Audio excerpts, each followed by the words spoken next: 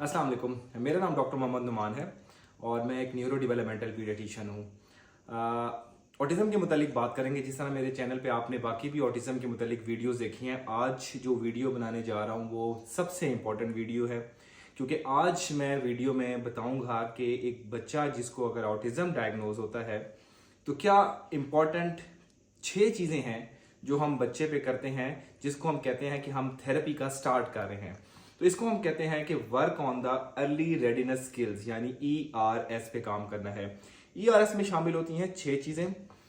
ये 6 चीज़ें हम डिस्कस करेंगे। साथ में पेरेंट्स को बताऊंगा कि आप घर में ये 6 चीज़ें कैसे बच्चे के साथ बच्चे पे अप्लाई कर सकते हैं और उसकी नेचुरल एनवायरनमेंट में कैसे अप्लाई कर सकते हैं, ताकि बच्चे के अंदर जो लर्निंग है वो एनहांस हो और बहुत ही शॉर्ट टाइम में आप बच्चे के अंदर जो स्किल्स जो रिक्वायर्ड हैं वो आप पैदा कर सकें। वीडियो को एंड तक देखिएगा ताकि ये जितने स्किल्स हैं ये जब तक बच्चे में डेवलप नहीं होंगे तो बच्चे का ऑटिज्म के स्पेक्ट्रम से बेहतर करना ज़रा थोड़ा मुश्किल हो जाता है। अगर इन चीज़ों पे काम करेंगे तो आउटकम बहुत अच्छा आएगा। तो सबसे पहले अर्ली रेडनेस स्किल में आता है रिस्पॉन्स टू नेम, यानी जो बच्चे हैं ऑटिज्म के, ये मैंने बताया कि ये सोशली डिसकनेक्टेड होते हैं, इनका एनवायरनमेंट से कनेक्शन नहीं होता। तो इन बच्चों को रिस्पॉन्स टू नेम है वो वाहिद चीज़ है जिस पे हमने काम करना है।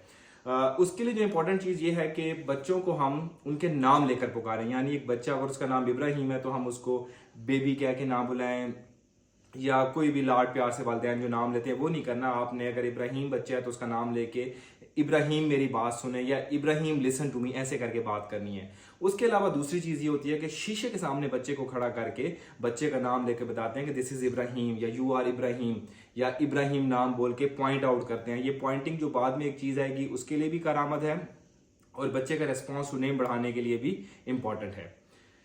दूसरी चीज़ जो है अर्ली रेडनेस स्किल्स में वो है आई कांटेक्ट, यानी बच्चा जब भी किसी से बात करे तो वो अपना आई कांटेक्ट मेंटेन करे। ऑटिज्म के बच्चों में अमूमन आई कांटेक्ट नहीं होता, या शॉर्ट या अनयूजुअल आई कांटेक्ट होता है। तो आई कांटेक्ट बढ़ाने के लिए वालिदैन घर में क्या कर सकते हैं कि ये जो बबल्स जो हम बनाते हैं वो मार्केट से मटेरियल मिल जाता है कि बबल्स को निकाल के उसमें ब्लो करें तो बबल्स बनते हैं। तो वो अगर उसके साथ प्ले करेंगे तो बच्चे का उसको फॉलो करता जाएगा, उसका आई कांटेक्ट बेहतर होगा। साथ उसको बच्चे को कह सकते हैं कि इसको फाड़ना है तो वो उनको और फोकस करेगा और अपना हाथ लेके जाएगा। इस तरीके से जो बच्चे का आई कांटेक्ट है वो हम बेहतर कर सकते हैं। दूसरा एक तरीका क्या है कि वालिदैन या थेरेपिस्ट जो भी हैं वो बच्चे के लिए अपने फेस पे स्टिकर्स लगा सकते हैं, तो बच्चा उन स्टिकर्स की तरफ अट्रैक्ट होता है। इस तरीके से उसका जो आई कांटेक्ट है वो बच्चे का बेहतर हो सकता है। तीसरी चीज अर्ली रेडनेस स्किल में है वो है इमिटेशन। इमिटेशन होता है कि कॉपी करना, कि बच्चा जो है आपकी चीज़ों को जब कॉपी करेगा तो वो लर्निंग उसकी बढ़ेगी।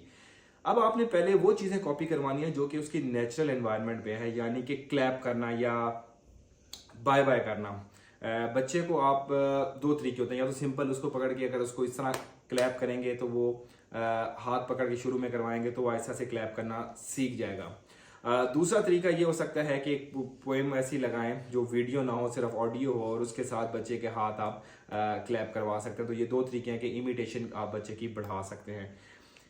चौथे नंबर पे चीज़ हम डिस्कस करने जा रहे हैं वो है पॉइंटिंग। ऑटिज्म के बच्चों में पॉइंटिंग नहीं होती। अगेन जो पेरेंट्स या थेरेपिस्ट हैं जब बच्चे को इसके पॉइंटिंग में काम करना शुरू करें तो कोशिश करें कि उसकी इमीडिएट एनवायरनमेंट में किसी चीज़ की तरफ फोकस करके उसकी पॉइंटिंग बढ़ाएं। सबसे पहले अगर उसकी किसी चीज़ में जो है जो उसके पास कोई चीज़ पड़ी है या कमरे में अगर बैठे हैं तो लाइट की तरफ इशारा करके बोलना है कि वो देखो लाइट या वो देखो फैन। ये कॉमन जो घर की चीज़ें इस तरफ, इससे ना सिर्फ उसकी वोकेबलरी भी एनहांस होगी, उसका नॉलेज भी एनहांस होगा और साथ जो है वो बच्चा पॉइंटिंग की तरफ आएगा।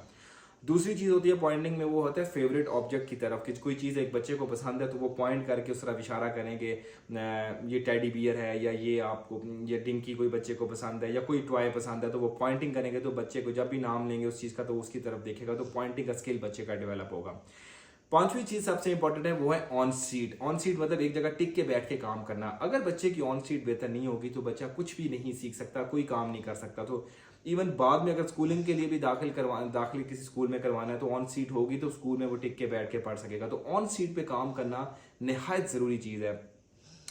ऑन सीट पे काम करने के लिए हम क्या एडवाइस करते हैं कि सेशन चेयर टेबल जो है, यानी जो प्रॉपर जो छोटे बच्चों का चेयर टेबल आता है वो लेकर बच्चे को उसके ऊपर बिठा के उसका सेशन लें, और जो थेरेपिस्ट है वो भी सेशन वाली चेयर टेबल को यूज़ करे ताकि वो बच्चे के लेवल पे आकर काम करे और इस तरीके से बच्चे को वो चेयर और टेबल के दरमियान होल्ड भी कर सकता है। हम बड़ा सख्ती से मना करते हैं कि बच्चे को कोई भी काम करवाने के लिए आप उसको रस्सियों से बांध दें या किसी चीज़ से बांध कर रखें, क्योंकि ऐसी एग्जांपल्स हमने देखी हैं। इसलिए मैं बार बार कहता हूं कि ऐसा कोई एग्रेसिव काम करने से बच्चे का नेगेटिव बिहेवियर आप बढ़ा सकते हैं, उसमें पॉजिटिव चेंज बच्चे में नहीं ला सकते।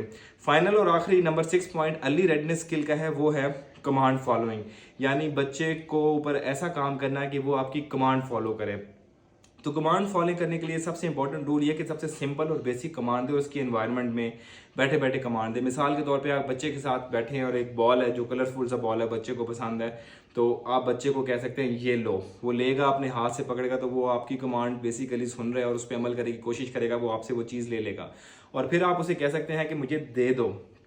तो इस तरह जो सिंपल लेना देने की बात करेंगे बच्चे के साथ, तो वो एक सिंपल कमांड होगी, सिंगल स्टेप कमांड है। तो इस तरीके से बेसिक चीज़ें जो कि एनवायरनमेंट में बच्चे के पाई जाती हैं, उसके साथ अगर बच्चे के साथ मिलकर काम करेगा तो बच्चा इस चीज़ को बड़े अच्छे तरीके से फॉलो करेगा। और अगर आप इसको थोड़ा एनहांस भी करना चाहें तो आप उसको चीज़ देकर आप उसे कहते हैं ये पकड़ के रखो, तो ये एक और कमांड है जो कि सिंपल है, जो आप बच्चे को दे सकते हैं और बच्चा इन चीज़ों को समझ सकता है। तो ये जो 6 पॉइंट्स मैंने आज आपको बताए हैं, ये ऑटिज्म की ट्रीटमेंट के सबसे इंपॉर्टेंट पॉइंट है। ये सबसे पहला स्टेप है किसी भी बच्चे को जिसको ऑटिज्म डायग्नोज हुआ है उसको ट्रीट करने के लिए। इन बेसिक स्टेप पे, इन बेसिक चीज़ों के जिस तरह के मैंने आपको बताए हैं, अगर आप काम करेंगे तो बच्चे की जो प्रोग्रेस है वो बहुत अच्छी होगी। जब ये चीज़ें बच्चे की अटेन हो जाती हैं, उसके बाद फिर हम मज़ीद बच्चे के टास्क जो हैं वो एनहांस वो बढ़ा देते हैं और ज़रा थोड़े डिफरेंट और नेक्स्ट स्टेप के टास्क पे हम जाते हैं। आई होप कि आपको ये वीडियो पसंद भी आई होगी और आपको इस ERS के कॉन्सेप्ट की अंडरस्टैंडिंग भी हो चुकी होगी। तो आप अपने बच्चे पे मेहनत करें और हमेशा होप रखें कि ऑटिज़म के बच्चे प्रॉपर थेरेपी के साथ बिल्कुल ठीक हो जाते हैं। Thank you.